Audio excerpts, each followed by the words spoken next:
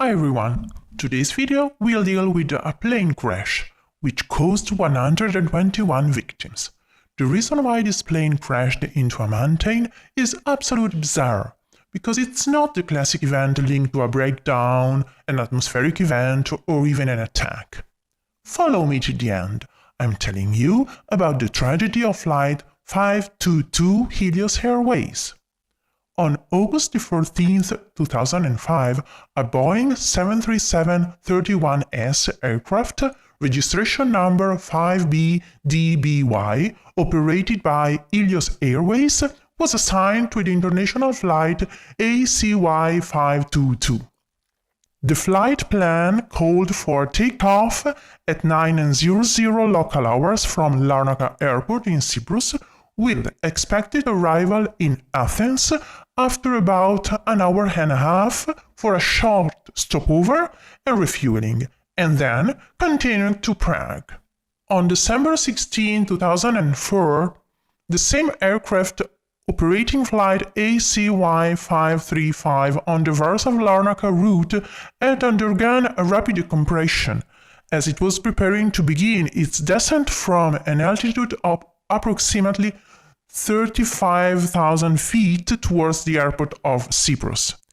Immediately, the alarm went off in the control cockpit, and the cabin altitude began to rise rapidly.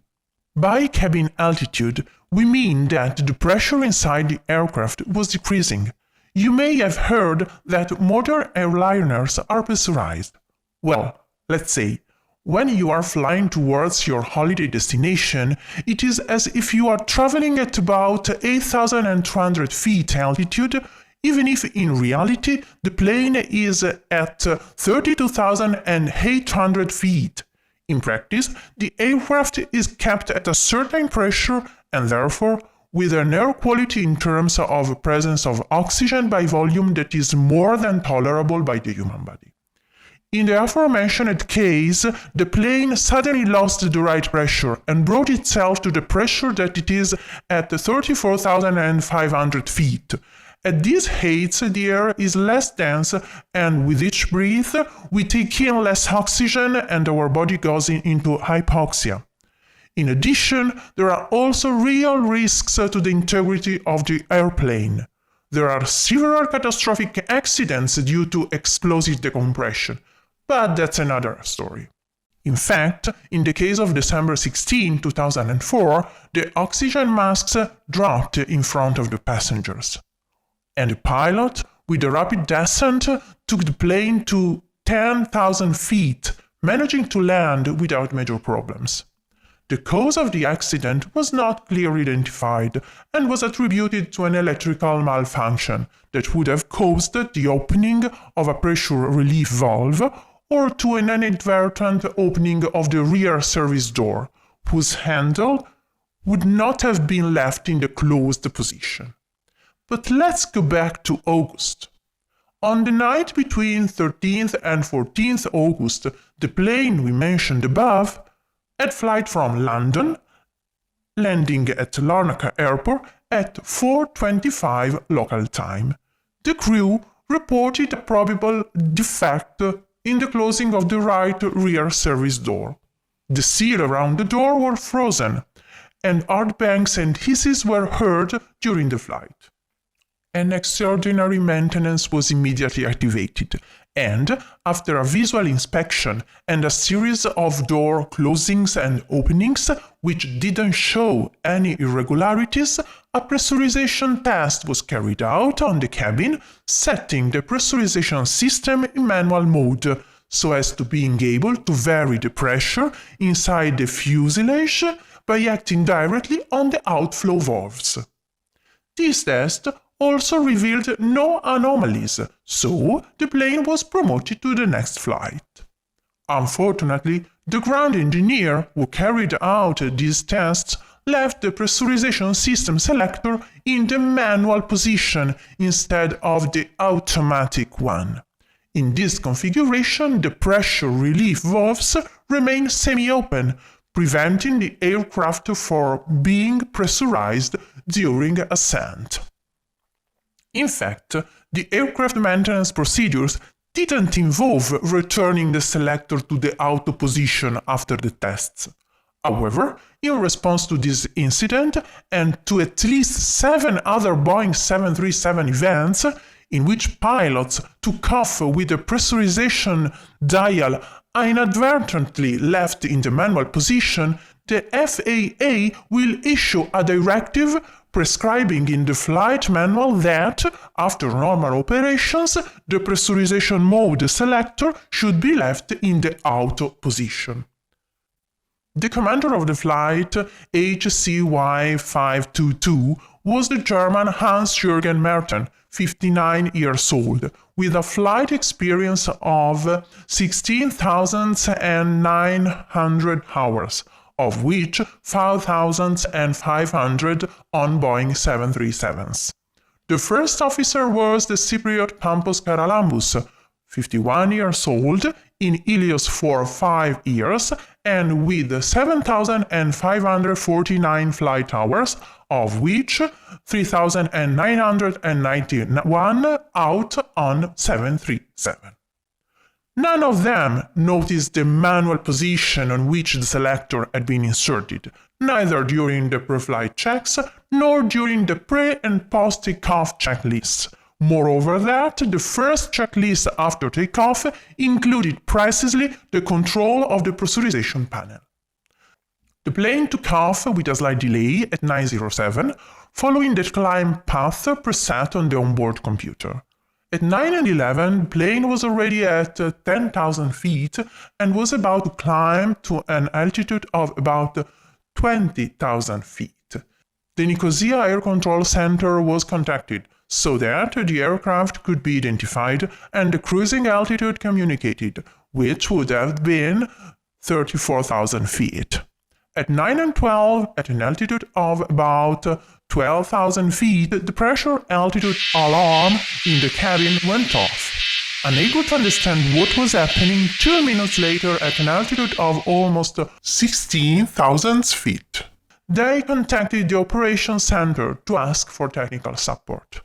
Meanwhile, the passenger oxygen masks deployed in the cabin automatically, but probably no one put them on, including the flight attendants who, without a communication from the cockpit and seeing that the plane continued to climb, thought of a technical problem and not of a lack of pressurization. At the same time, the pilot lights for the ventilation system of the electronic equipment in the cockpit lit up, confirming that the ventilation had stopped. In this case, the reason was the thin air due to a high altitude in the cabin, but the crew thought of some defect in the electrical system. Unfortunately, they were unable to communicate effectively with the operations center, perhaps due to the hypoxia that was already looming over them. When the ground engineer asked the captain to confirm that the pressurization panel was selected to auto, the captain asked in response where the equipment cooling circuit breakers were located. The engineer replied, "Behind the captain's seat." At 9:20, flight ACY522 had passed 28,900 feet, and communications with the operations center ended abruptly. Their calls were no longer answered from the ground. The commander got up to look for the equipment cooling circuit breakers and lost consciousness. The first officer, on the other hand, fainted while he was still sitting in his seat. The outflow valve remained 12% open throughout the flight, and the cabin altitude reached 23,622 feet.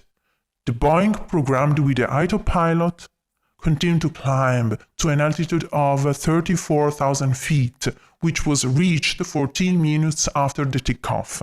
The set course in level flight in the Greek skies was followed, while all the efforts of the ground controllers contacting the crew was useless. Having entered the Athens airspace at 10:37, the aircraft, according to the missed approach procedure, entered the waiting circuit at an altitude of 34,000 feet. To understand us, It began to circle above the VOR KYEA. Several times the aircraft was contacted by the controllers of Athens, who never received any response. 2 F-16 fighter aircrafts of the Hellenic Air Force were sent for the interception. The flight was intercepted at 11:23. At 11:32, the F-16 pilots reported that the captain's seat was vacant and the first officer was laying abandoned on the cockpit. They could see some passengers and some of them were wearing masks, but they were still. At 11:39, a person in a light blue shirt, not wearing an oxygen mask, was seen entering the cockpit and occupying the captain's seat, wearing headphones. 2 Mayday were memorized on the onboard recorder, but they were never heard by anyone since the radio microphone was not activated. 50 seconds later, the left engine flamed out. Meanwhile, the aircraft veered sharply to the left and started descending gradually. When the Boeing was about 7,000 feet above the sea level, the person sitting in the captain's seat waved to the military pilot who had joined him, but didn't follow him on the route indicated. 10 minutes later, the plane's direction changed, veering southwest, and a few seconds later, the right engine flamed out also. The aircraft continued descending rapidly towards the ground. At 12:03, the Boeing 737 impacted hilly terrain in the vicinity of Grammatiko village, in the northern part of the Greek capital. The aircraft was destroyed. Naturally, the direct causes of the accident were attributed to the pilot's inability to notice that the pressurization system was not set correctly, despite a series of alarms that should have directed them towards the real cause. Unfortunately, as often happens, no one survived. Nowadays, the place where the impact occurred is a memorial site to the victims.